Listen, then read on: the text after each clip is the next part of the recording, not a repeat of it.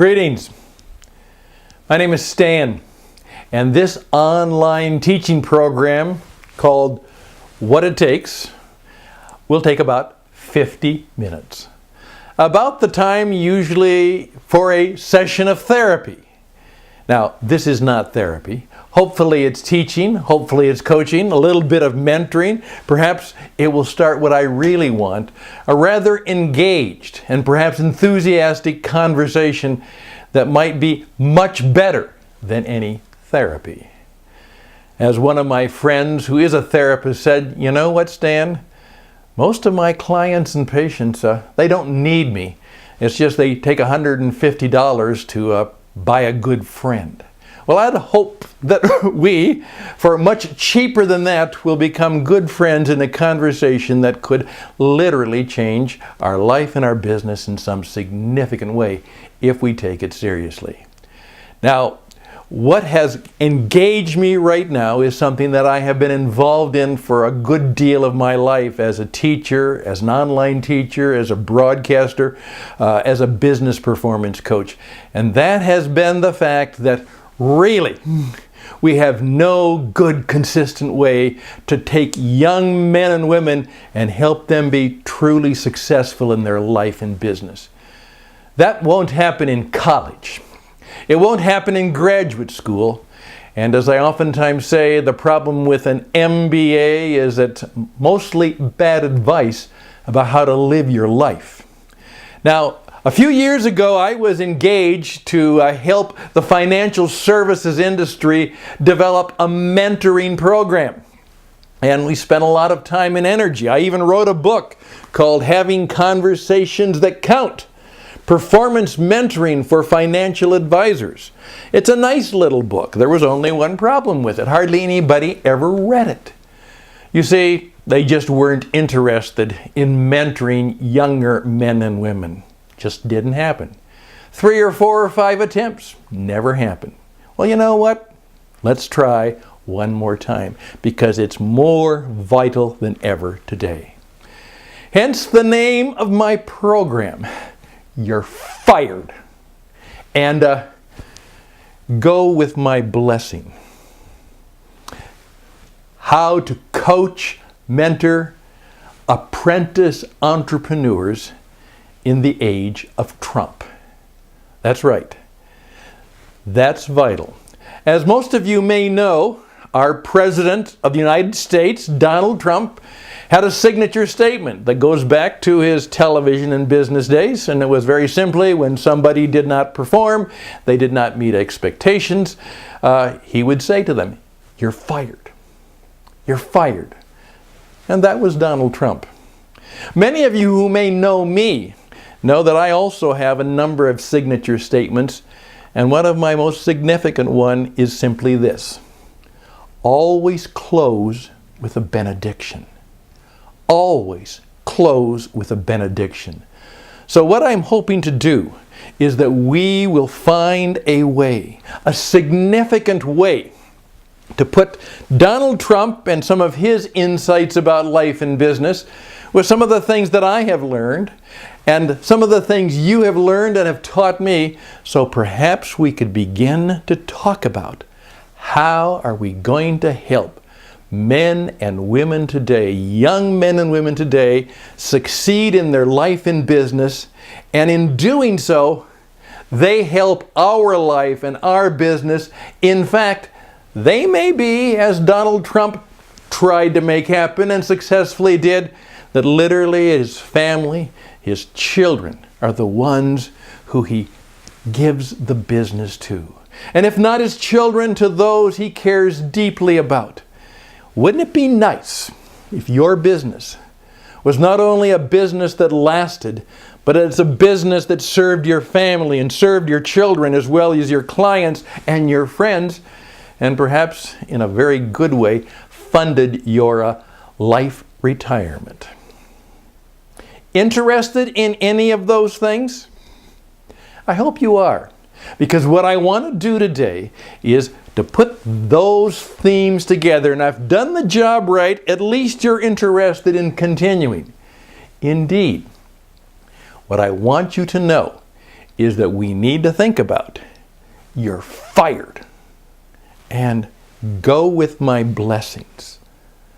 How do we coach, mentor, teach apprentice entrepreneurs in the age that is before us, which might be so perhaps the age of Trump, who, interestingly enough, is probably the first real entrepreneur in some respect to gain the political office, the highest political office in the land and indeed much of the world.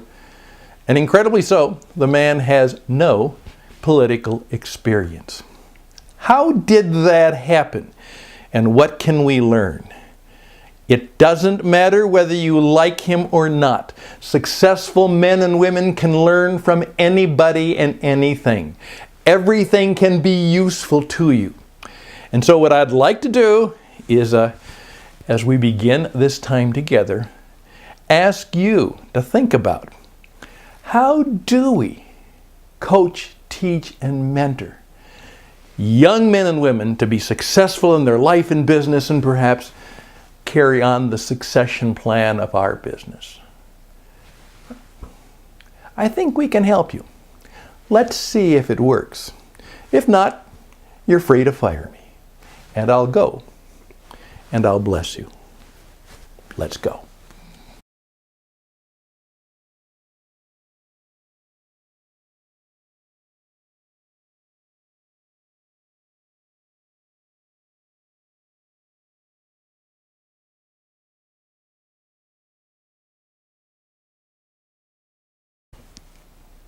Thank you.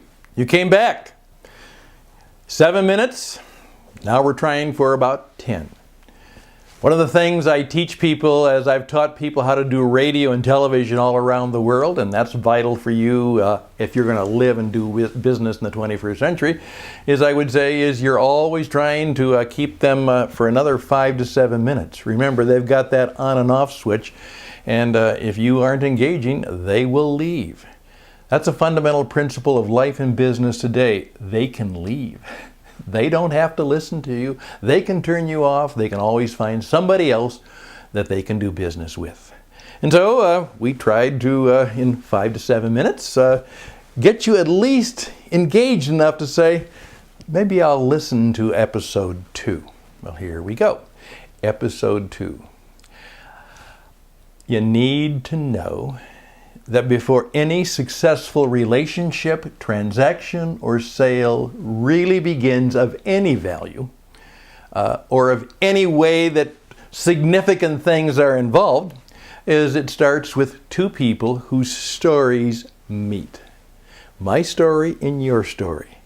As one of my sales managers many years ago, a very wise man, a wise man of the Spirit, he had actually been a minister and then became extremely successful in the life insurance business. And he said this, he said, I always seek to bless my people first. And then I talk to them, and I don't want to find the facts. I want to find their story. And then hopefully my story and their story will meet. And in that overlap, we might find some way that I can help them.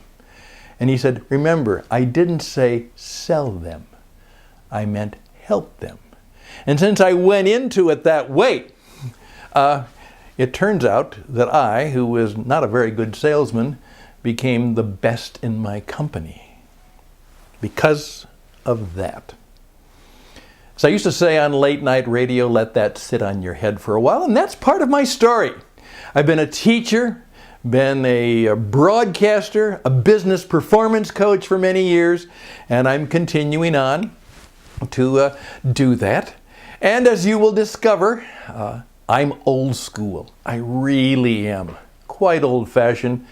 A very powerful and well-known commentator in America, a man named Bill O'Reilly, one of the top-rated television personalities, has just written a book called, Old School. Because he is. I'm old-fashioned. I admit it. I'm even having a little bit of a problem here because, my wife and other people say, Stan, loosen up a bit, take off the tie. And there's something about that which I find a little little bit difficult because, first of all, I like ties. I've got a bunch of beautiful ones. And I remember one of my friends in the discussion with a lot of young people as to how you should dress, particularly in the business world today.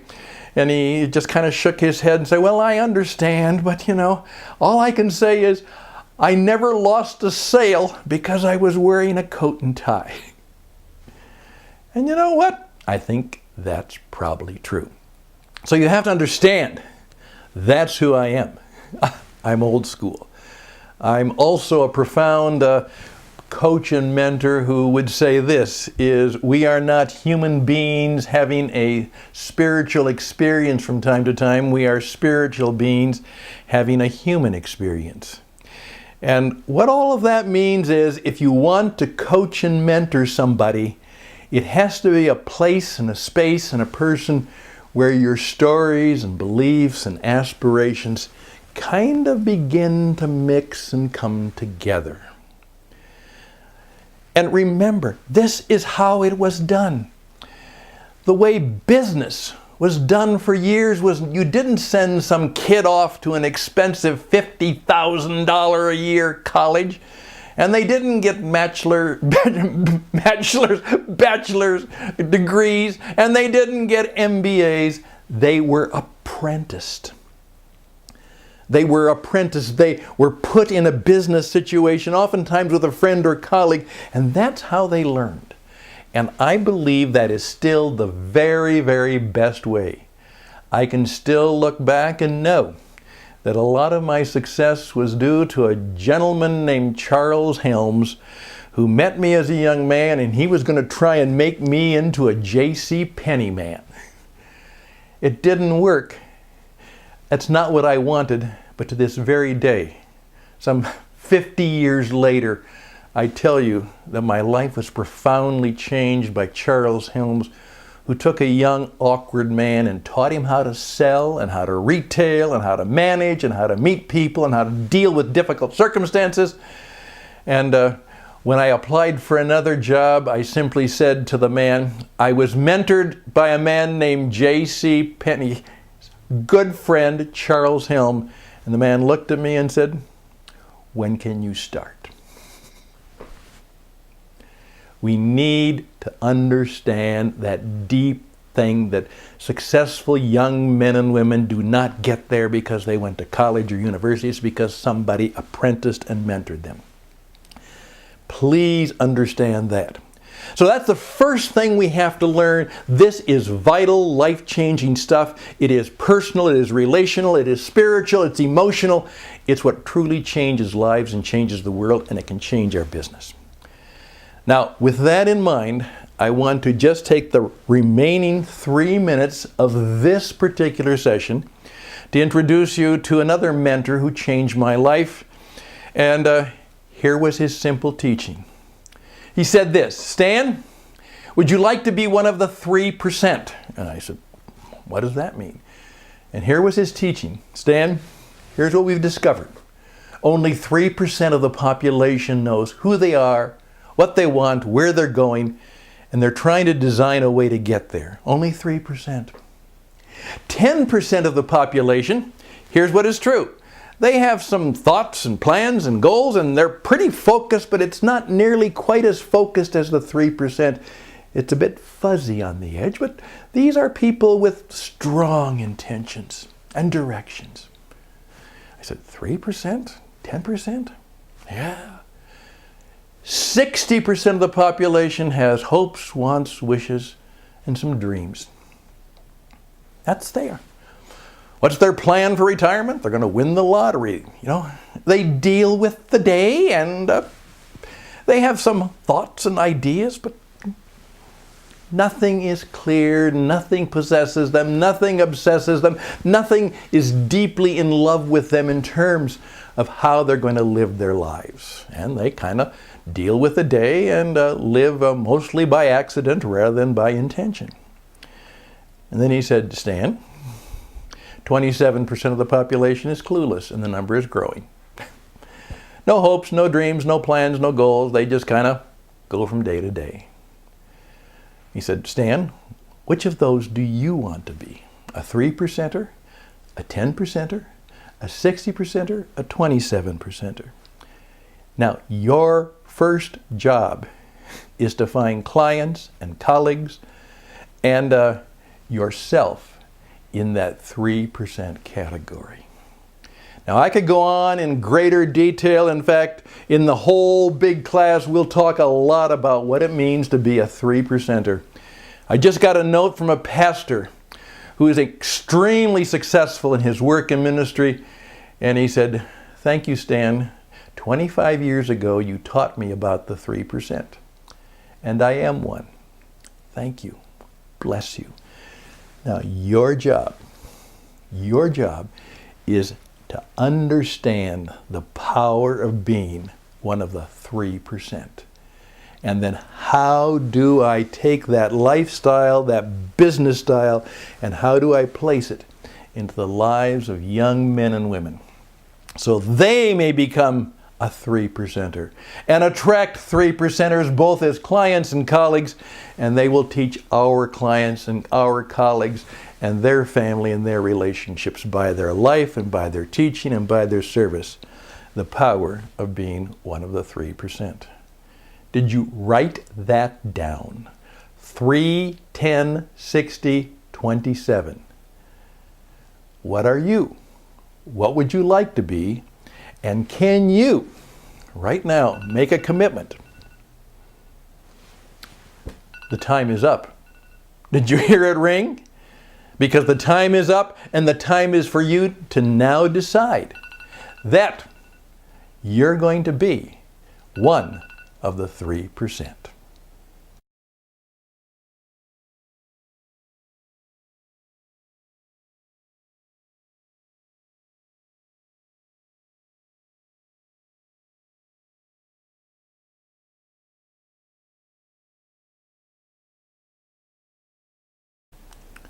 Well, thank you for coming back. You haven't fired me yet. I'm grateful. Now, let's deal with that briefly. You see, a lot of people responded very negatively to "you're fired." Well, let me tell you something. "You're fired" is the way life is. First of all, you got to get fired up. If you're going to be successful, you have to be strongly, emotionally ignited. You have to be fired up. And so you better fire yourself up, or you know what? You'll probably get fired. And what fired meant is very simply this, is fairly or not, kindly or not, rightly or not, you didn't meet somebody else's expectations. They didn't find you useful. My daughter, who learned a lot from me and I learned a lot from her, went off to New York City to seek her fortune. You know, she was a writer and editor, and she said, "You know what? I'm going to leave Minneapolis and that's where I could be successful, but I want to go to New York, because if you can make it in New York, you can make it anywhere." And so off she went. And she has become very successful. But she also wrote a book about what it takes for a young person to be successful. And you know what the title of her book is? How to Be Useful. And what she discovered was everything she had been taught about success in university and college and everything was wrong. Oh, be smart, be clever, she said, no. What turns out is that I had to be useful to somebody else. Whether it was my boss, my senior editor, my client or colleague, I was only going to get compensated if I was useful to somebody. And I had to discover how to deal with all of the politics and all the shenanigans and how all of the stuff that goes on there and be useful. Because if I wasn't useful, I was going to get fired. And I was going to have to then figure out how I could be more useful for somebody else. I hope you teach that. That's old school stuff. How can you be useful? Now, with that in mind, I want to try to be useful to you. And one of the things that one of the friends who actually did read this book said, he said, "Stan, your coaching and mentoring model is a great sales model. What you just taught me about mentoring and teaching and coaching young people is the very same thing that I can use in my sales and marketing. So here's where we go. Many people have said, Stan, I don't know how to begin to coach and mentor. Well, now I'm going to teach you how to do that. I'm going to be useful to you. Any significant conversation that counts, whether it's with a client for a big sale, for a young mentoree who wants to succeed and go on and be useful, has these 5 stages. All right? And I want you to write them down. These are the 5 stages of an incredibly important coaching, sales, marketing, persuading, loving, engaging, creative conversation that'll count. You begin with an affirmation. As I tell people, the most important thing for you to understand that everybody in the world is wearing a sign and it says, please tell me I'm important. It's the secret sign. Everybody, the CEO, the kid at the checkout counter, they're all wearing a sign that says, please tell me I'm important. Everybody wants to be affirmed. They want to believe they matter, that they're important, that something good and God-given and graced is true of them. Where do you think that idea came from? It's because we are made and created in the image of God. And we think we have value, and they do have value. So I tell people this: treat every person you meet as the most important person in the world. Start that today. Everybody. That's right. Treat every person you meet as the most important person in the world. You figure out how to speak and say and live an affirmation. I've heard good things about you. I'm so glad that you gave me time. How nice of you to do this. I'm going to let you be creative enough to figure out how you can be kind and affirming to another. I've got lots of ideas, but you'll have to pay extra for that. But you figure out how to do an affirmation. All right? Then the conversation moves to what I call attention. So it's affirmation, now it's attention. Be fully there. As someone once taught me, be fully present, be fully there, and no place else. Don't be texting, don't be doing any other thing, be fully there. Be fully present. Yes, I even stand when a woman comes to the table because I'm old school, but I'm going to affirm her, greet her, and give her my full attention. And by the way, I'll probably do it for you as a gentleman too. But particularly for the ladies. That's just who I am. But I want to listen. Tell me your story. Don't sit down with a piece of paper and write out the facts.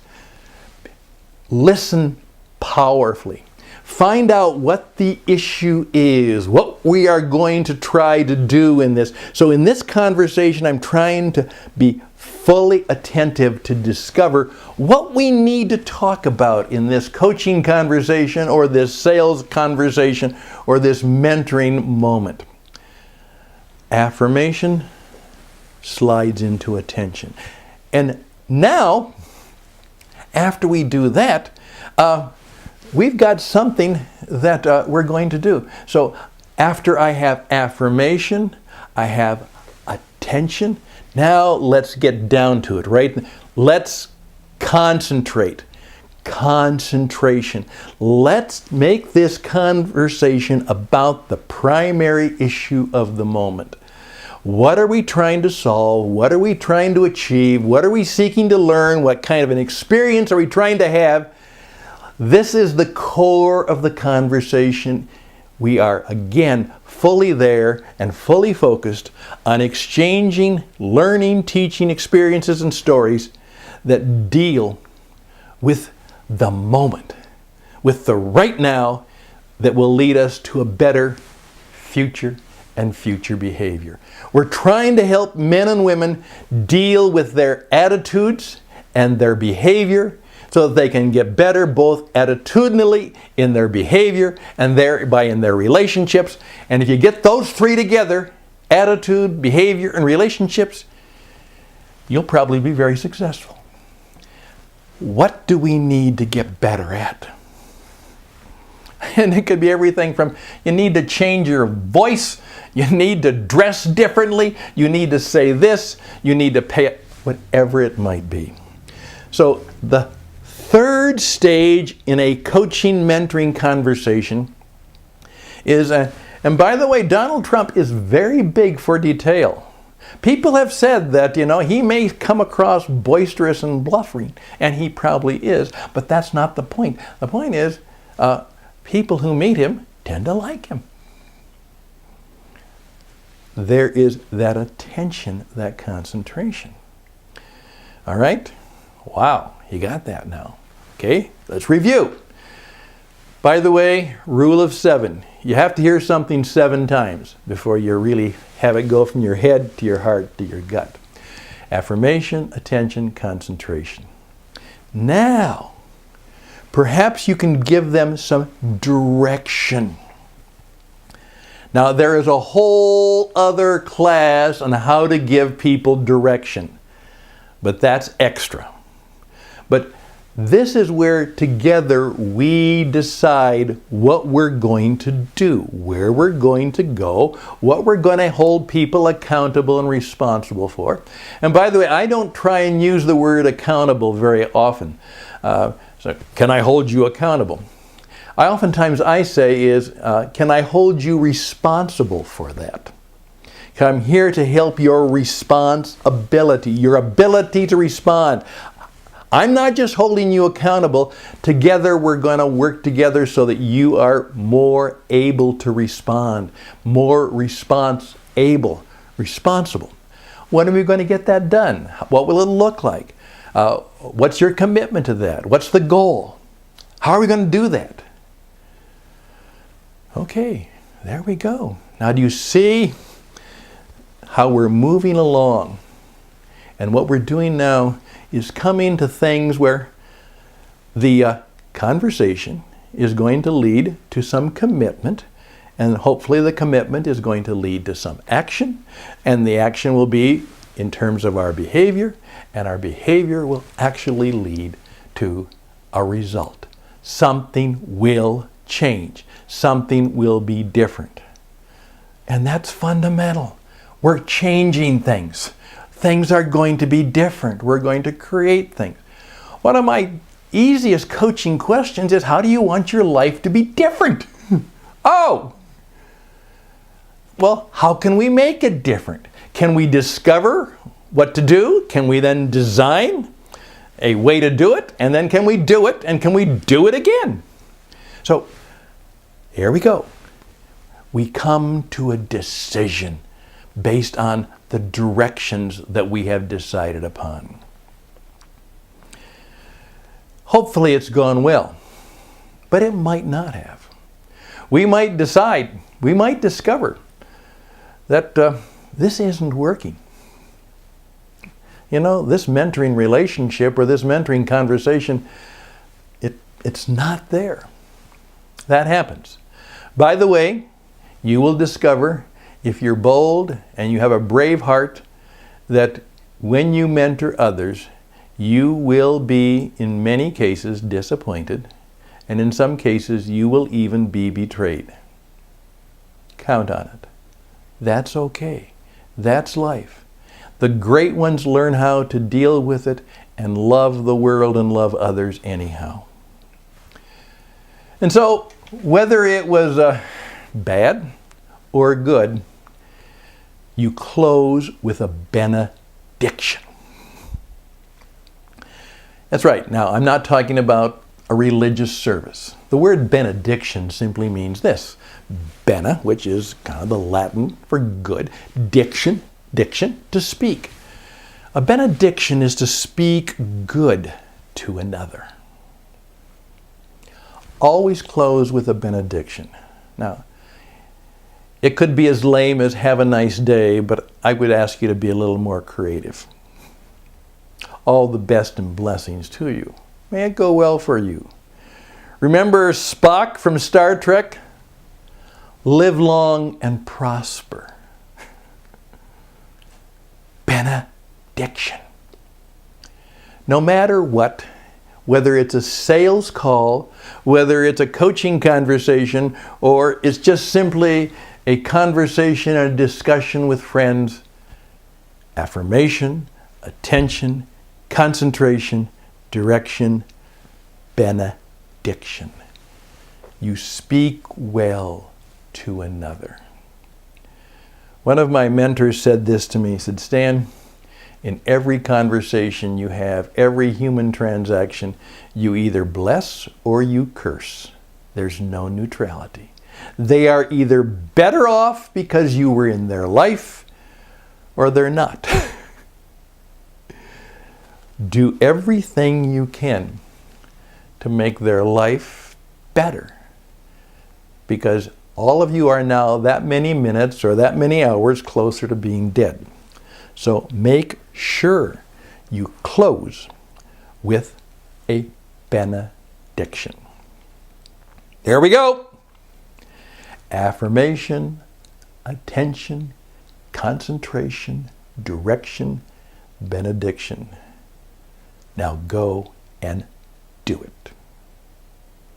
Next episode in our little 50 minutes of therapy will be coming up next. Thank you for your time. Thank you so much for blessing me by listening. I'm grateful for your attention.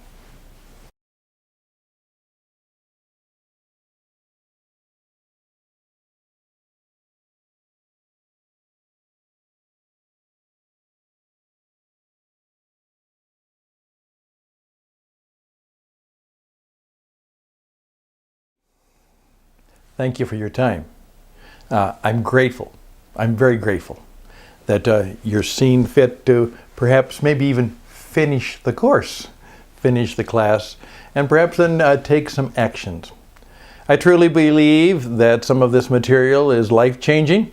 It certainly will help you be a better salesperson. It'll certainly help you be a better marketer. It may help you even be a better parent. But more than that, the class is designed to help you as a successful man or woman to become more successful and then be able to pass on some of your wisdom and insight and truth. That is what it takes. Wit. Also, a sense of humor. Wit is what it takes to be successful in life and business today. A man or woman who cannot smile, who cannot laugh, will never be truly successful, and they will never be a good coach and mentor. But more than that, WIT also stands for wisdom, insight, and truth. We're kind of modeling in our conversations the TED Talks, which are about 20 minutes. And TED was technology, entertainment, and design. And that's what it was about. Well, we are a little different. We're about wisdom, insight, and truth. Now, with that in mind, what I'd like to do is kind of put on my reading glasses for a moment, if I might, because my other glasses don't work quite that well. And what I would like to do is to read for you something from my book entitled Upside Down, a Meditation and a Benediction. Let me quote these things to you. Many are familiar with the well-known prayer attributed to the great theologian Reinhold Niebuhr and often used by the good folks in AA. Give me the power to change what I can, the courage to accept what I cannot, and the wisdom to know the difference. Yes, wisdom. Ultimately, the goal of mentoring and coaching, indeed teaching, is to create a worldwide web of powerful men and women who walk with wisdom. WWW. They walk with wisdom. A later writer Eugene Peterson wrote this about wisdom. Wisdom has to do with becoming skillful in honoring our parents and raising our children, handling our money and conducting our sexual lives, going to work and exercising leadership, using words well and treating friends kindly, eating and drinking healthily, cultivating emotions within ourselves and attitudes towards others that make for peace. Right now, the business world does not need any more MBAs. We don't need more Masters of Business Administration. As I oftentimes say, the problem with having an MBA, you actually might think you are one, a Master of Business Administration. It needs people who seek to be wise, to be world-class in their business practices, and ethical and strong in their leadership and service to colleagues and customers. My challenge to you is that you be that kind of person and help others be that way too.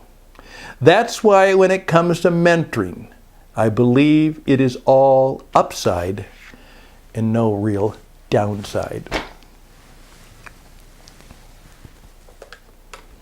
It's really important to me, that in effect, that when people carry me out, and I oftentimes say that one of the best ways that you can begin a mentoring relationship is actually to do what Peter Drucker did for many, many years, particularly in the later years of his coaching and mentoring practice. Toward the end, he obviously was the management consultant par excellence. But later in his life, he came to a rather unique practice. He took something from the words of St. Augustine, who had said that one of the classic questions is very simply this: how do you want to be remembered? How do you want to be remembered? And he said, what I discovered is that a man or a woman in leadership who could not answer that question, I probably couldn't really help them. Somehow they had to decide in their life and in their business position, when I'm no longer there, how do my colleagues, how do my customers, how do the people remember me? You know, that proverbial, what do you want people to say on your tombstone? What do you want your children to say at your memorial service? How do you want people to remember you? And perhaps it could be that the really good mentor is the man or woman who's wise enough to ask the question and seek to answer it, how do I want to be remembered?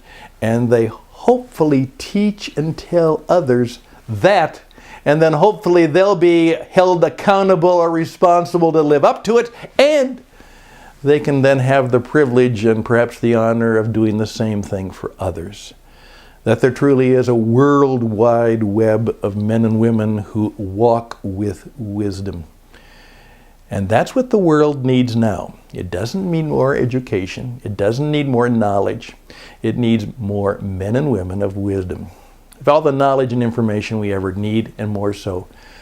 One of my colleagues pointed out, he said, I think it was, I don't know if it was Picasso or not, but so don't quote me on this. But he simply said this: computers are basically useless because all they do is give us answers. All they can do is give us answers. And that may not be what we need. We may need the questions. We may need the wisdom.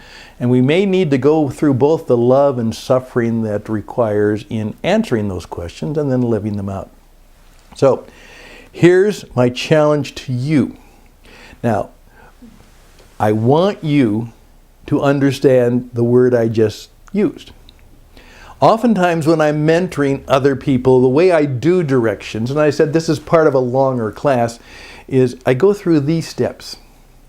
The easiest thing to say to a person is, with your permission, may I make an observation? It's not a judgment, it's not even a criticism, it's just an observation. it seemed to me that you were a bit nervous at that presentation. Could you respond? An observation might be helpful. The next gearing it up a little bit is to go from an observation to say, with your permission, or would you allow me to make a suggestion? Maybe it would be helpful if you would do this. Observation, suggestion. Now the next step is perhaps to be a little bolder and a little more directive and make a recommendation. If I were you, Deb, I would do this. I would really strongly recommend that you take this action.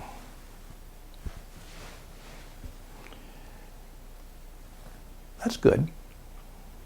And of course, they always have the right, the permission. They know this to say no. Remember, we're coaching. We're not managing. Okay, we're mentoring. We're not moving them. We are allowing them the freedom to make good, responsible choices based on the relationship and the information and the knowledge and wisdom that we share. So we go from an observation to a suggestion to a recommendation to a challenge. And I've done this quite often in my coaching career. We've come to a certain decision about something that needs to be done. And I'll look them straight in the eye, maybe take off my glasses or put on my glasses, whatever is best for the show at that moment, and say, I would like to issue you a challenge. I want you to get that book written in 6 months. I challenge you. And then I simply say, will you accept the challenge?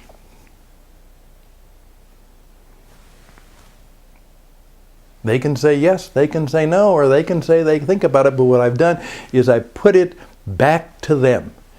And those kinds of ways of working. Now, I would encourage you to take this seriously. These steps of observing, recommending, and suggesting and challenging, about knowing that we're about doing wisdom.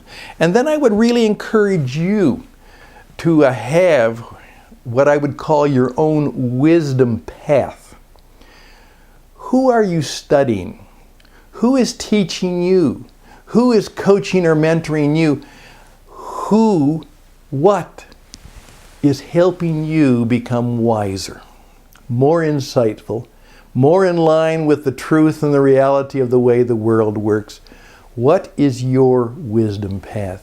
And part of good mentoring and coaching and actually being a good advisor to other people is that you have a wisdom path and you're seeing whether they have one, and if there's any meeting of it. I remember, as I said, one of my good clients, a very successful man in the financial services, and we had talked about the power of wisdom and beliefs, and then he all of a sudden he leaned back and he said, you know what, Stan, it's clear to me now.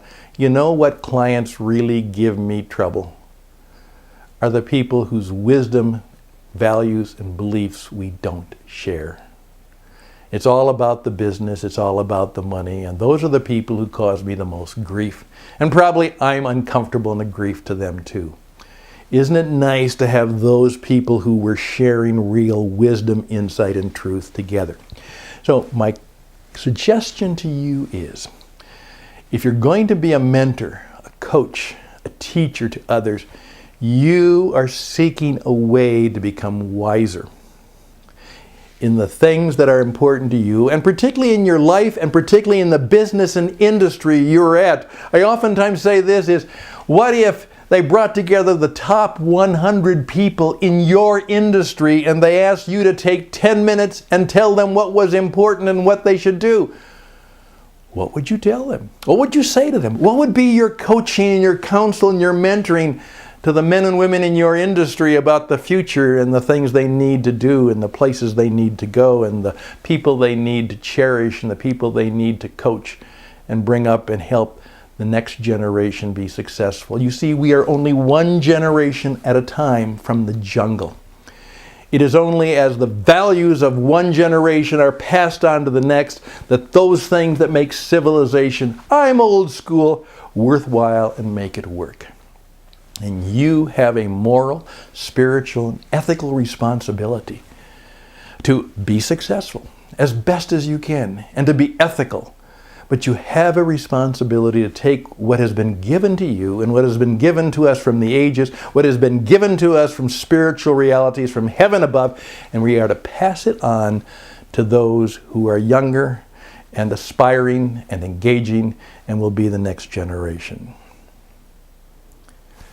That's my challenge to you. Will you accept that challenge? Will you learn how to be a coach, a teacher, or a mentor to a young man or woman who you admire, who has a sense of aspiration, and they would like to be kind of like you? That's my challenge. Will you accept that challenge? Well, at least thank you for thinking about it. And we'll close with a benediction in just a few minutes.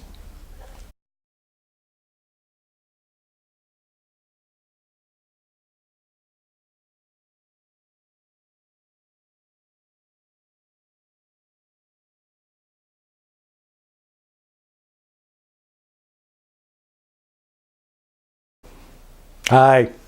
Well, thank you. You hung on all the way to the end. Thank you. You're very kind to do that. And I'd love to hear from you. Again, my name is Stan. What It Takes is who I'm about.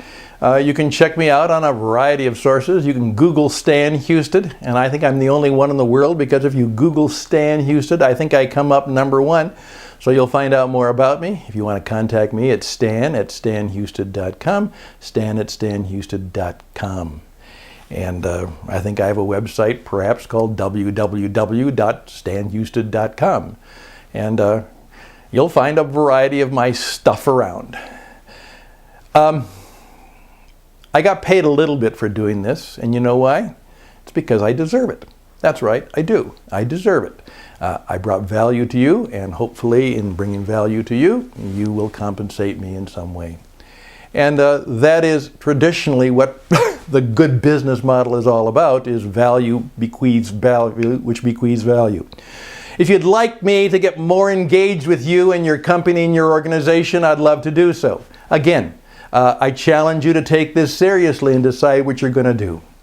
Please contact me, stan@stanhustad.com, stan@stanhustad.com. Whatever you decide, I wish you all the best. May it go well for you.